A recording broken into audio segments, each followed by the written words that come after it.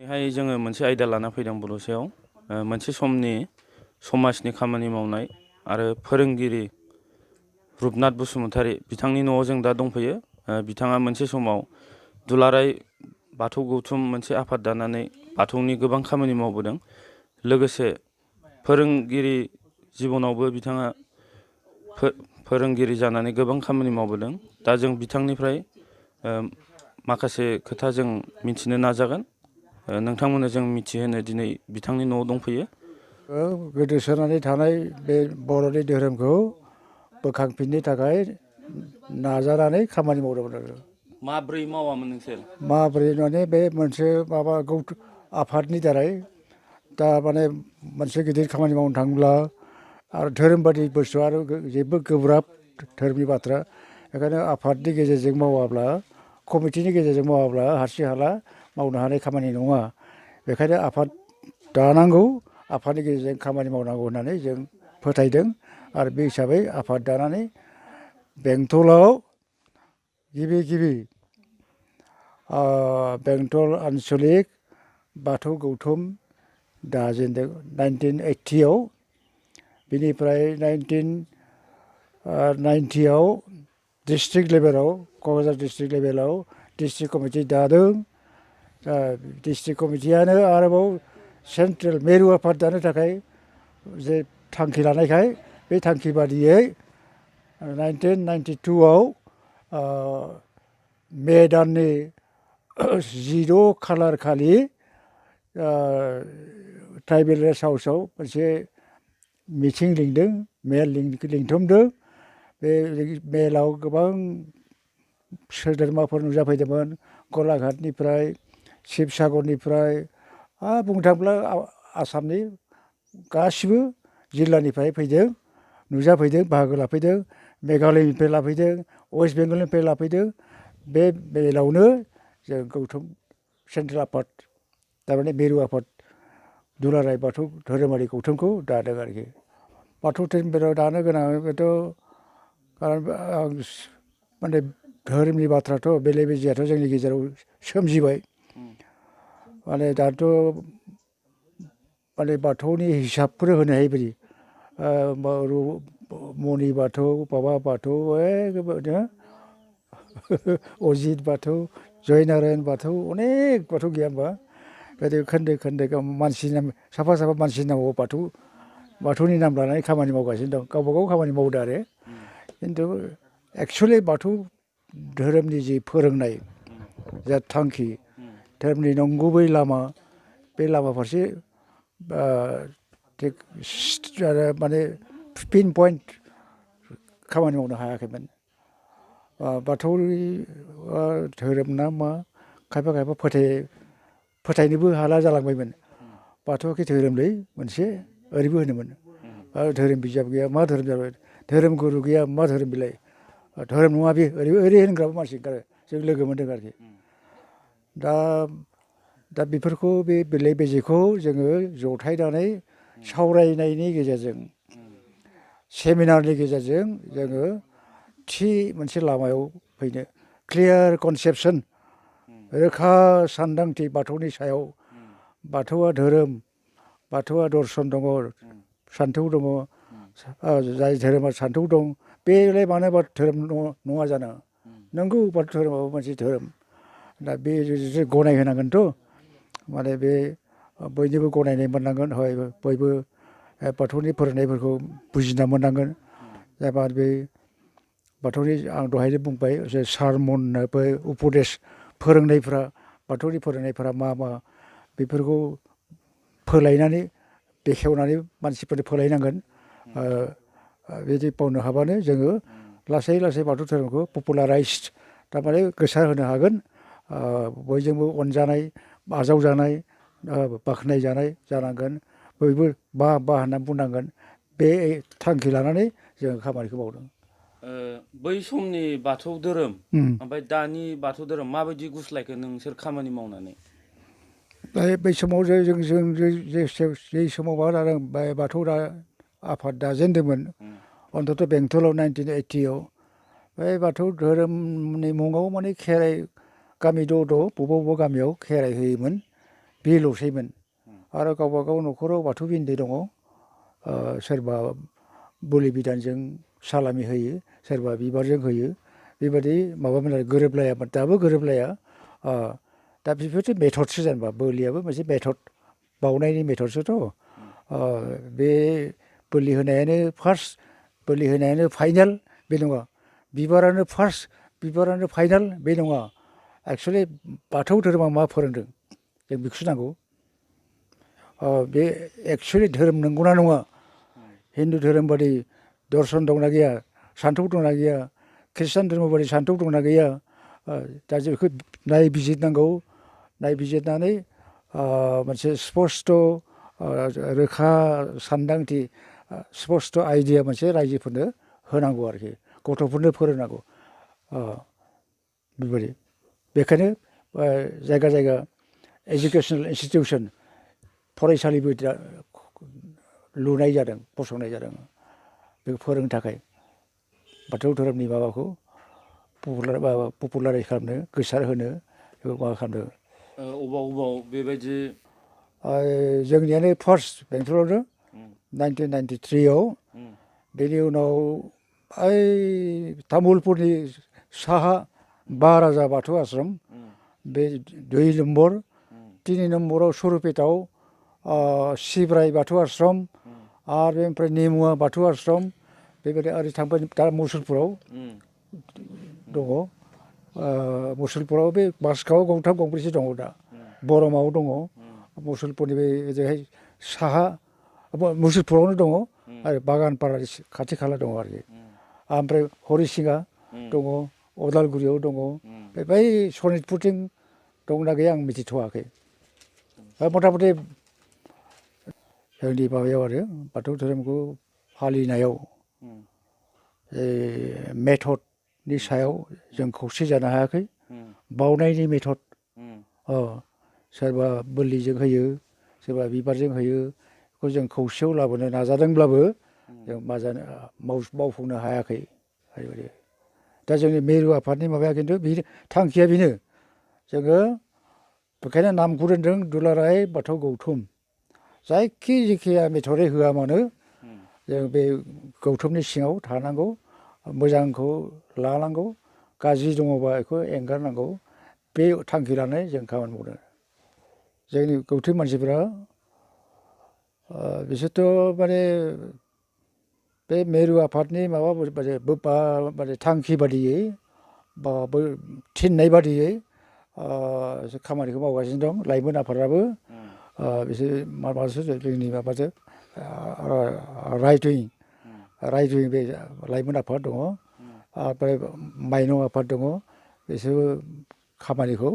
गाव मावगासिनो दं आरोखि बेबायदि सोदांनो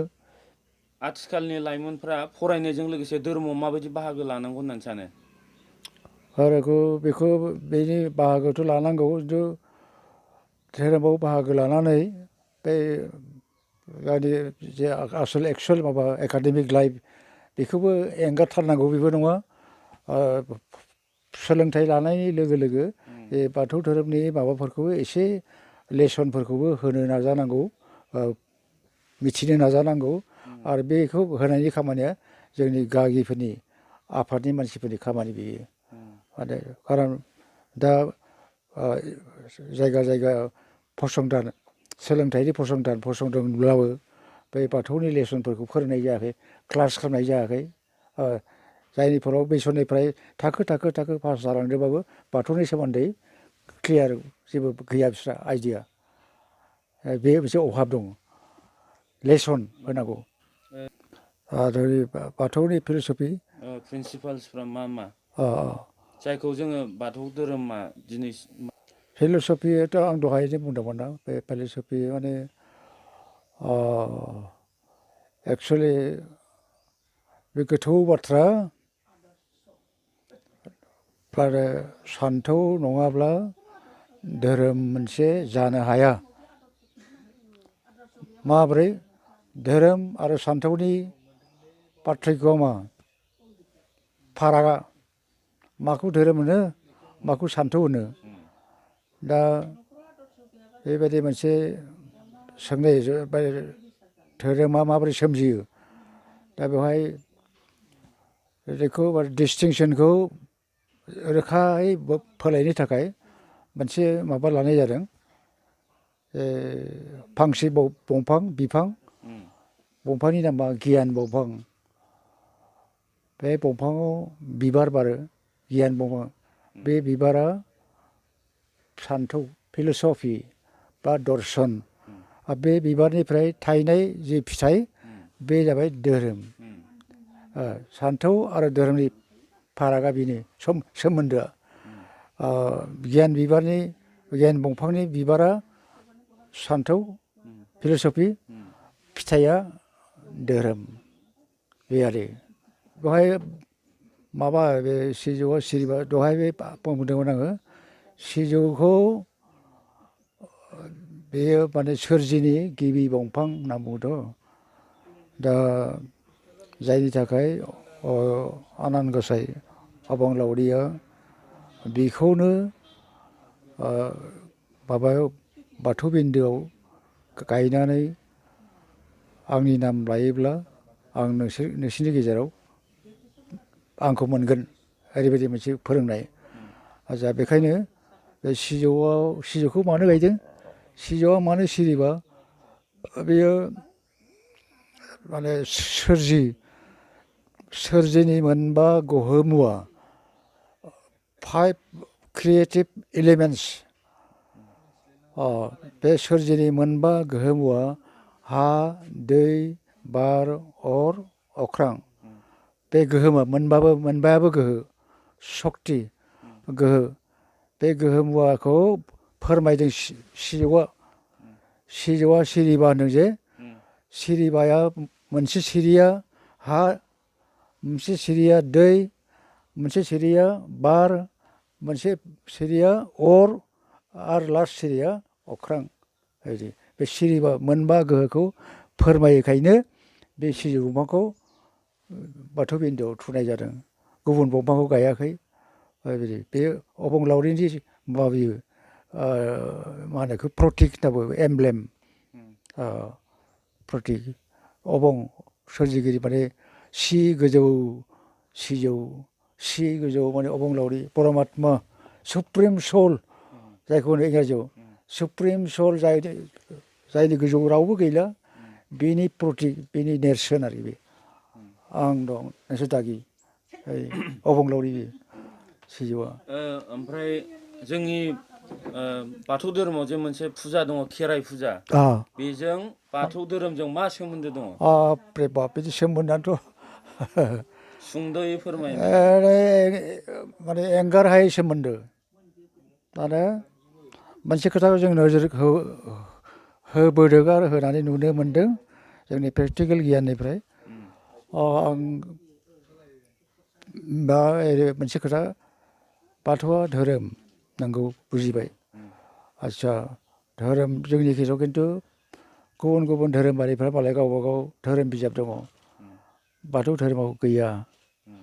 धोरोम बिजाबथ' जोंहा गैया दा बे धोरोम बिजाब गैयैयाव बबे हमथादों खेराइया हमथादों खेराइयासो हमथादों खेराइया हमथादों माब्रै खेराइ होनांगौब्ला जोङो माबा बाथौ दुमथारनांगोन खेराइसालियाव बाथौ दुमनांगोन 16 जरा खुन्थिया बान्दोबा बाथौ थुलुसि जाथ्रासि बेजों लोगोसे सिजौ सा खोला बिन्दो बसुमतारी आलिनि सेरै सिरिनि बारि बिदि 16 जरा खांख्ला बिनि गेजेर सारि खांख्ला जरा आलिसा अन लारि लारि बैथा जिरां रासि बारि गंथाम बाथौनि गेजेराव बिसोरनो लाइजाम फानथाम गेजेरनि लाइजामाव थुयो अरनि गासा बर'नि मोदाय बेनो बोराइ बाथौ महाराजा बे गासा थुनाय बिस्वति नबराजा गासाया दाउला साहानिफ्राय फोजोबबोयो खोला थाला खेराइया साहानिफ्राय फैयो ओइ आइलोंनिफ्राय ओरै फैयो बे बाथौ धोरोमनि माबाया बेयाव दं बाथौ बिन्दोआव दंजोबो खेराइसालिनि बाथौ बिन्दोआव बसुमतारी आलि थादेरनाय खांख्ला जरा सुनाय दा बिसोरो बेहाय रावबोथ' नङा बे बार हा दै अर बिसोरनो दंजोबो बे बे सल'बाथालियाव आइलों हा गोहो हा मोदाइजो आइलों आग्रां दै गोहो आइलों आग्रां खैला बार मोदाइ खाजि खाजिया बिदिनो मथथे मिथिंगा गोहो गासैबो बाथौ बिन्दुआव दंजोबो बिसोरो दा बिसोरनो फोरोङो आरोखि दा बे खैजिमा फनाय गान्दुला बोननाय बेफोर मोनफा मोनफा फोरोंदोंसो खैजिमा फयो खैजिमा मानसिखौ खारजों थाङो अरनो होसै फालो फालो खौसेयै थानांगौ सुथुरखौ खौसेयै आक्रमन खालामनांगौ आक्रमन फैबा होबथानांगौ बे खैजिमानि लेसन खौसेयै थानांगौ बे गियानखौ फोरोंदों खैजिमा फनाय सिन्तायावथ'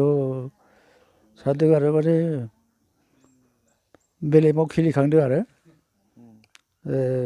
बयहाबो दङ धोरोम दङ जोंहाबोथ' दङ होननानै मिथिगौ खिन्थु जिनिसा माबा नङा जेरैबायदि जानांगौ बिदि नङा गोग्लैसोनानै दं बयजोंबो मुगैजानानै दं बेखौ माबोरै मोजाङाव लाबोनो सोदांनानै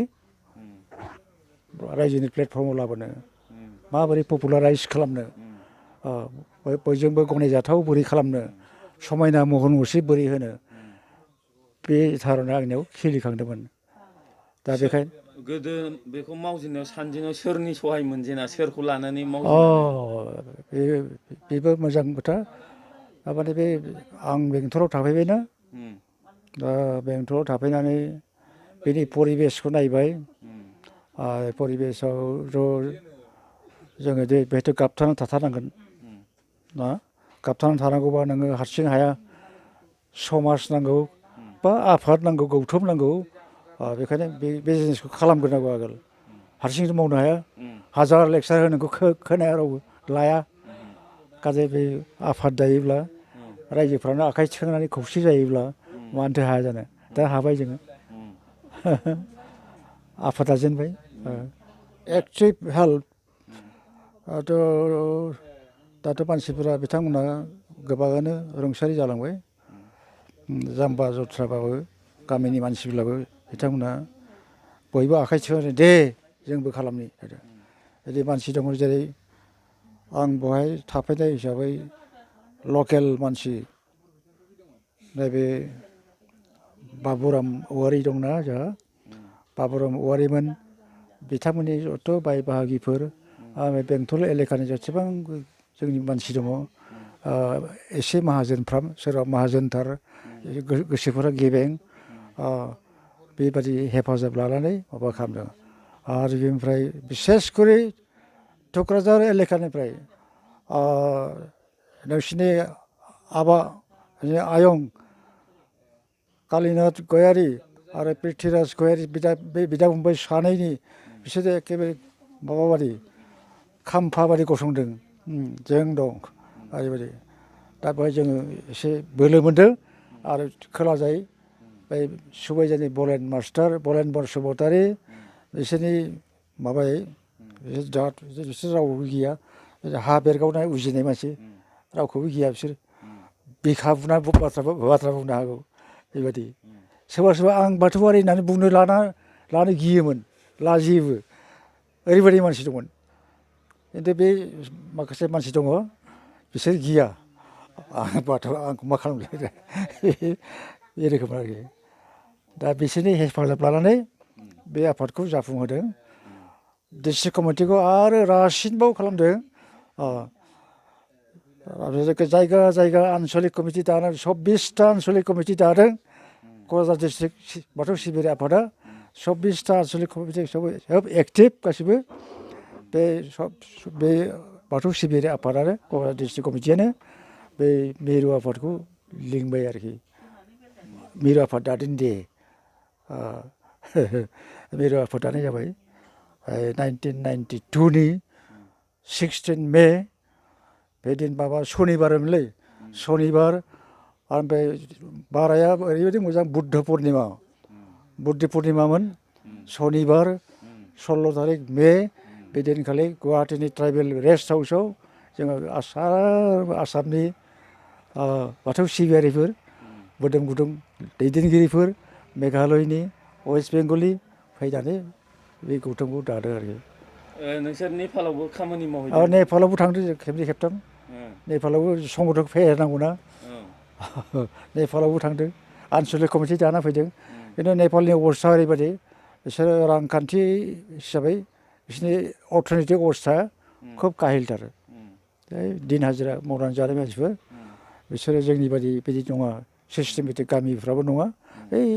न'खरथाम न'खरब्रै बैथिं न'खरनै न'खरबा ओरैबायदि मा सनाव थाङामोन नेपालाव जोङो माबा 1994 अक्ट'बर मासाव थांदोंमोन फार्स्ट थांजेननाया आं लांफादों 16 जन लांफादों लांफानानै कर्मकर्ता मासु लांफानानै जोंनि बेलदाबो थांदों थांनानै नेपालाव लैथोआबो थांदों नेपालाव माबा बिरतामरनि साहा सांसारि होननाय मोनसे बर' गामि दं बे माबा बुधिराम मेसनाव हर थादों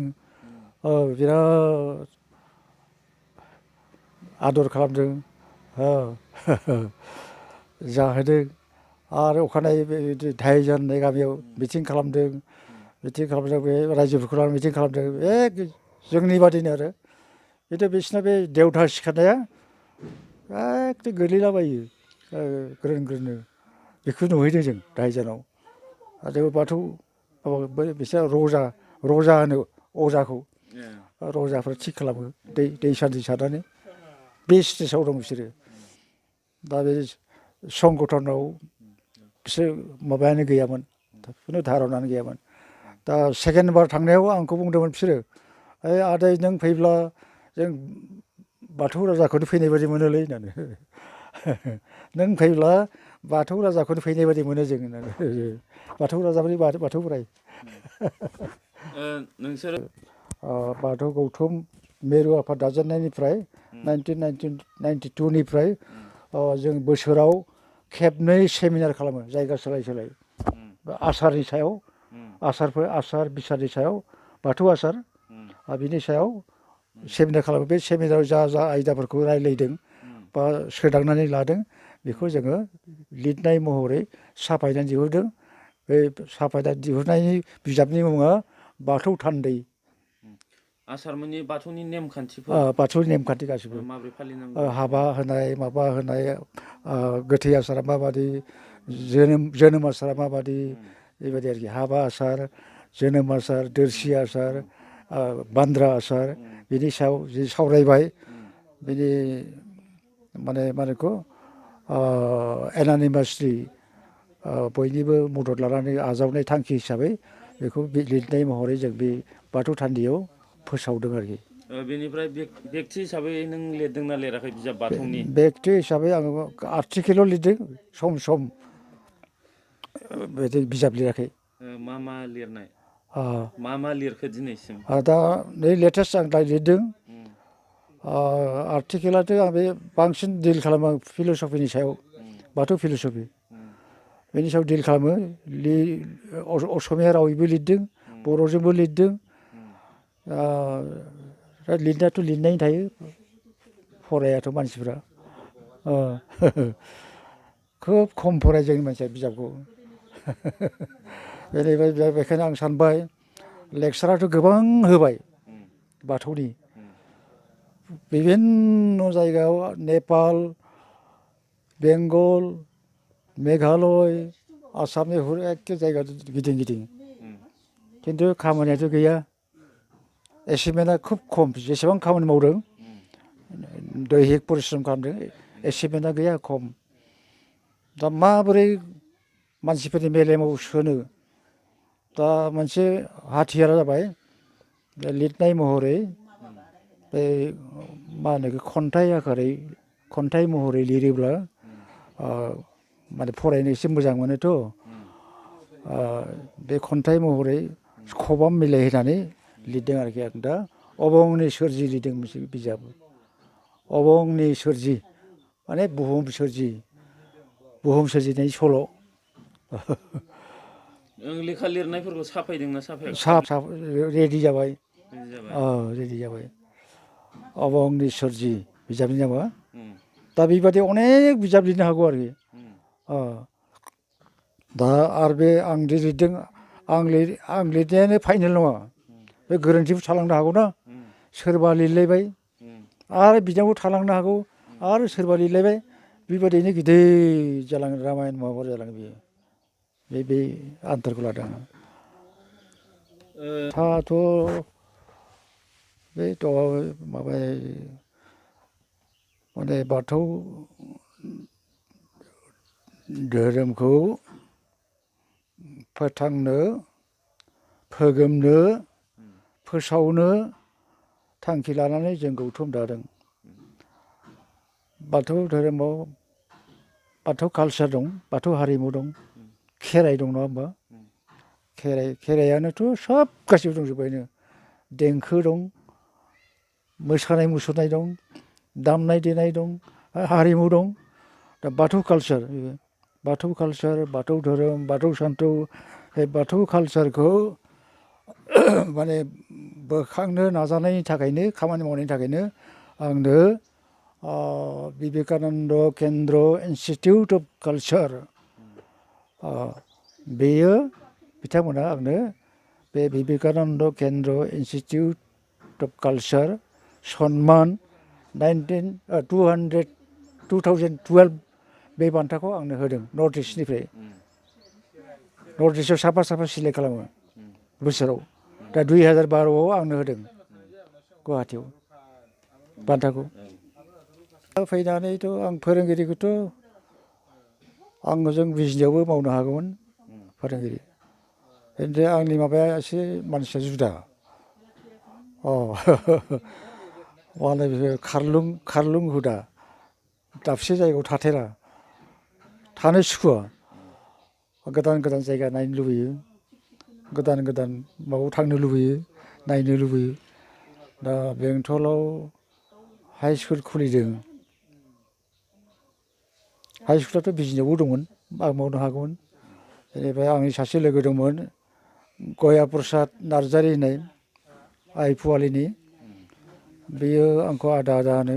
खोब मानियो आदालै बेंटलाव थांदोलैथ' जोंहाबो हाइ स्कुल खुलिदों भबेन औवारिया बेहाय मावहैनांगौथ' आं बुंना होगोन नांगौ नामा आंबो सिन्था खालामबाय नांगौथ' बे गोदान हाइ स्कुल लुनायाथ' गाज्रि नङा मोजां आं फैबाय बेवहाय फैनानै नुबाय स्कुला फसंदों नंगौ खिन्थु अबस्था खोब डिप्लरेबल कन्डिसन खालि न'ना न'ल' दं खेरिघर बेनिफ्राय आं फैदों खिन्थु आं जानजि खाना फैदों स्कुल लुनो होननानै फैदों आरोखि गुबुन मास्टारफ्रा फैदों बे फैयो आरो थाङो आं खिन्थु थांफिनासै स्कुलाव मा खहा मा गैया बेखौ सुफुंनो नाजाबाय मावबाय गोसो मोदोम जिउ होनानै मावबाय आरो हाइ स्कुलखौ जाफुंहोबाय प्रभिन्सियेलाइज खालामहोबाय आं बेहाय फैनायनि बोसोरसे उनाव हेड मास्टार जादों सिगांनि हेड मास्टार थांबाय नालाय बेथन मोना सानो दा आं थाबाय आंनो होबाय आं मावबाय मावनानै बेनिफ्राय रायजो राजानि मदद लानानै गामि न' थांनानै आदा आगै होननानै माइ मनफा आधा मन सोरबा माबा बिदि हरो थाखा फैसा हरो बे गले थांबाय थायो माने हरनायनि बिथांमोननि अननायाव स्कुला जाना फैबाय 1985आव प्रभिन्सियेलाइज जाबाय गभर्नमेन्ट जाबाय बेनिफ्राय 1991आव हायार सेकेन्डारि आपग्रेड जाबाय आं प्रिन्सिपाल जाबाय बेबायदि आरोखि माब्ला रिटायार जानाय प्रिन्सिपाल जाबाय आं रिटायार जाया 2000 नि माबा 31 मार्च 31 मार्चआव रिटायार जाबाय 15 बोसोरल' साख्रि मोन्दों बाखि सेक्रिफाइस 12 बोसोरा ओरैनो हावा बेथना मोनो 300 मासाव एखौ 500 200निफ्राय आरम्भ बेनिफ्राय एडहक मोनबाय एडहक मोनो एडहक सिस्टेम दंमोन ना गोदो लामसाम हरो बेखौनो रानलायनानै लायो थोआ ओमफ्राय मास्टार बाय मास्टार पस्ट सांसन खालामनानै लाबोयो बड' पस्ट जोंहा बर' मिडियाम दं नालाय बड' पस्ट नांगौ बड' मिडियामथ' बड' first number 1 first 2 number first 3 number first बड' नङि हिन्दी टिचार बड' नङि एसामिस टिचार मोनबा पस्ट लाबोबाय गुवाहाटीनिफ्राय पस्ट खालामनानै अट'मेटिक 1985 नि फेब्रुवारि 1 निफ्राय प्रभिन्सियेलाइज जाबाय आरो गभर्नमेन्ट जाबाय बेनिफ्राय 1991 आवनो हायार सेकेन्डारियाव आपग्रेड जाबाय आरो आंखौ डाइरेक्ट डिपिआइ अफिसनिफ्राय प्रिन्सिपाल बानायना होबाय आपग्रेडेड टु द पस्ट अफ प्रिन्सिपाल आरो बिजनीनि खोलाहा नदियापारा बुङो हरै सानजा मानास खोलाहा सोनाबहा आइनदि बेंथलाव माब्ला फैनाय बेंथलाव 1972 73 आव हेडमास्टार जाबाय ओमफ्राय 91 आव प्रिन्सिपाल जाबाय बिथां रुपनाथ बसुमतारीनिफ्राय गोबां बाथ्रा मिथिबाय जे दुलाराय बाथौ गौथुम मोनसे आफाद दानानै बिथांमोना बाथौ धोरोमनि जौगानायनि माबायदि खामानि मावबोदों लोगोसे बिथाङा आथिखालाव माबायदि बाहागो लानांगौ बेखौबो बुंदों आरो बिथाङा फोरोंगिरि हिसाबै मा खामानि मावबोदों बेखौबो फोरमायबाय बाथौ धोरोमखौ मुलुगाव सिनायजानायनि थाखाय फसंथाननि गोनांथि दाब दाब जायगायाव फसंथान गायसननायनि गोनांथि आरो हयथ' नैबे मोगा मोगि लानायाव बिथाङा एसे खोनानायाव गोब्राब जानायाव एसे थाबथा थुबथा जानो हागौ बेनिखायनो बिथाङा दा बैसो जाबाय बेनिखायनो देहाया एसे गोब्राब दा जोङो बिथांनि जानानै इसोरनाव जों बेखौनो आर'ज गाबो जे बिथांनि देहाया गोग्गोयैनो थाथों गोख्रोङैनो थाथों आरो नैबे खोनानाया एसे खम जानायाबो खोनाफिनथों जोङो बेखौनो इसोरनाव आर'ज गाबो आरो दिनैनि बे मोगा मोगि आयदाया बेखिनियावनो जोब्बाय गोजोन्थों।